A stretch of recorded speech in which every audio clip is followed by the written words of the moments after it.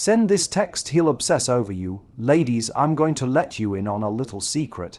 The right message can shift everything. It's not about manipulation, it's about energy. It's about how you make him feel not just once, but over time. You want him thinking about you at 2 a.m. You want him checking his phone, wondering why he hasn't heard from you in a bit. You want him to realize you're not like the rest, then stop texting him what every other woman does. No dry, what you doing at midnight. No needy, why didn't you text back at 5 p.m. We're not doing that anymore. Here's the kind of text that gets stuck in his mind rent-free. I just saw something that reminded me of you, made me smile, hope you're having a good day. That's it. Short, sweet, unassuming, but here's what it does. It tells him you're thinking of him. It shows confidence. It's light. It doesn't demand a response, and most importantly, it's real. It's not trying too hard. It creates a feeling. It taps into curiosity and connection. You become the woman who knows her worth, but still has space in her day to think of him, not because you need him, but because you want to. High-value women don't chase, they invite. Texting with energy rather than neediness is one of the most subtle yet powerful shifts you can make in how you communicate with someone you're interested in. Most people don't realize that energy is communicated in everything, from the words you choose to the timing to the unspoken expectations behind your message. Neediness comes across when your message screams, "Please notice me, please validate me." It's that anxious energy that wants a response, not because you have something meaningful to share, but because you're afraid of being forgotten or ignored. When you text from that place of anxiety, even if the words seem innocent, they carry a heavy emotional weight. Messages like "Why didn't you text back?" or "You must be really busy" often sound like accusations rather than casual conversation. They put pressure on the other person, and even if they like you, that pressure can be a turnoff. No one wants to feel like they're already in trouble just for living their life. On the other hand, when you text with confident, relaxed energy, everything changes. You come across as someone who values your time, your peace, and your own life. You're not chasing anyone. You're inviting connection, and that's incredibly attractive. A message like, "Hey, just past that coffee shop you mentioned. Made me think of you," communicates warmth without need. It says, "You crossed my mind and I wanted to share that." Not, "I'm sitting here obsessing over whether you like me."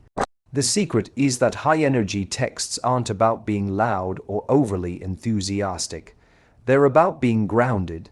They come from someone who is already fulfilled in their life and who sees communication as an addition to their happiness, not the source of it. When you're genuinely enjoying your day, doing things you love, surrounded by people who uplift you, your messages naturally come from a lighter place. That's the kind of energy that's felt through the screen. Also, the way you respond matters. If he texts you, you don't need to reply instantly every single time to show interest. You can take your time, especially if you're genuinely busy. When you reply, let it be because you want to, not because you're worried he'll lose interest if you don't. That scarcity mindset is what fuels neediness. But when you believe in your value, you stop operating from fear. Texting with energy also means knowing when not to text. If you're just reaching out because you're bored or insecure, pause. Ask yourself, is this message adding something real, or am I just trying to get a reaction? When you shift your focus from reaction to connection, everything feels more effortless. The irony is that when you stop trying to force a connection, that's often when the connection deepens. Because your calm, centered energy gives him space to miss you, and space to lean in, and that's the power of texting with the right energy. It's not about playing games. It's about showing up as someone who knows they're enough, whether he replies or not. A powerful text creates emotion, not obligation. That's the real difference between a message that gets ignored and one that sticks in someone's mind all day. When you send a text with the hidden agenda of trying to get something from someone, whether it's attention, reassurance, or a quick reply, they feel it. Even if the words seem harmless, the emotional pressure underneath can make the other person back away, not out of disinterest, but because they feel cornered. No one wants to be emotionally manipulated or made to feel guilty for not responding on someone else's timeline. When a message feels like it has strings attached, it turns into a chore, and romance should never feel like a to-do list. For example, if you text, "Hey, I guess you're too busy to talk to me now," that might express your frustration, but it instantly makes the other person feel like they're failing you, like there's already a problem to fix. That doesn't spark desire, it triggers guilt or defensiveness, and neither of those emotions build healthy attraction. Now contrast that with a message that simply makes someone feel something. A text like, "I was just thinking about the time you made me laugh so hard, I cried, still one of my favorite moments." Hits differently. It creates warmth, connection, and nostalgia. It brings the receiver into a shared emotional experience without demanding anything from them. You're not asking for a reply. You're offering a feeling. That kind of message lingers in someone's mind because it brings up a part of the relationship they enjoy. And when someone enjoys how they feel around you even virtually, they want more of it. The magic here is subtle. You're using your words to create a space where the other person wants to step in, not because they have to, but because it feels good. This is the difference between transactional texting and emotional connection. The first is about exchange. If I text you, you better text back. The second is about impact. This made me think of you.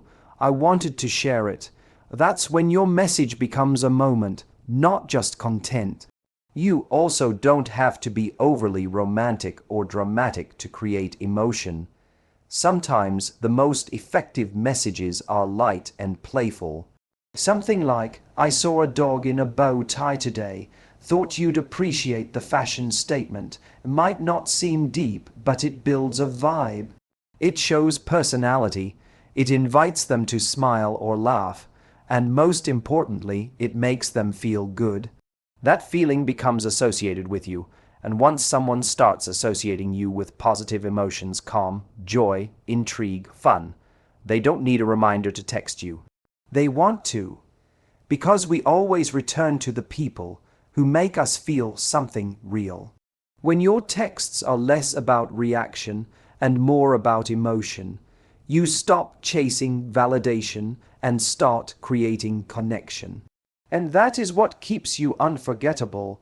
Being the exception, not the echo, means stepping out of the pattern that most people follow when dating and communicating. It's about distinguishing yourself in a world where so many interactions are predictable, recycled, and uninspired. Most people fall into habits without even realizing it.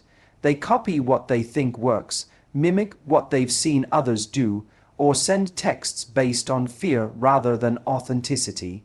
"Hey, what are you doing? You disappeared on me." These are texts that echo thousands of others. There's no emotional signature, no spark of originality, and certainly no reason for someone to feel drawn in. If you want to truly stand out, you have to break that pattern. That means not saying what everyone else is saying, and not responding how everyone else responds. When someone texts you and you're tempted to go into autopilot with a dry one-word answer or a flirty comment you've used before, stop for a moment. Ask yourself, is this me being real or just me following the script? Because communication never follows a script. It comes from being fully present, thoughtful, and intentional. Let's be honest, people are tired of small talk, tired of games, tired of meaningless conversations that go nowhere. What they crave is something that feels different, a message that disrupts the norm, a message that makes them pause and think, wait, who is this person? Not because you're being overly clever or dramatic, but because there's substance behind your words. You're expressing something genuine with warmth or curiosity, and it doesn't feel forced. That's what catches someone off guard, in a good way. For example, instead of texting, "Did you miss me?" After not hearing from them for a while, you could say, "I had the best espresso this morning. Instantly made me want to find the best coffee spot in your city. Know any hidden gems?" That does two things. It tells them you were thinking of them, and it opens a window to connection without making it about your ego or their response time.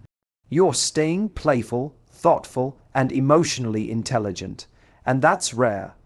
Being the exception also means you don't react the way everyone else might in moments of silence or confusion. If he doesn't respond right away, you don't chase. If the conversation slows down, you don't panic. You trust your value and understand that your presence, your vibe, your energy is not something that needs to be pushed. It's something that's felt. When you stop being an echo, you send a powerful message. I'm not here to compete for attention. I am the attention.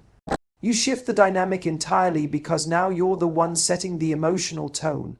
You're not trying to be liked, you're showing who you are. And that bold, calm self-assurance is what gets remembered.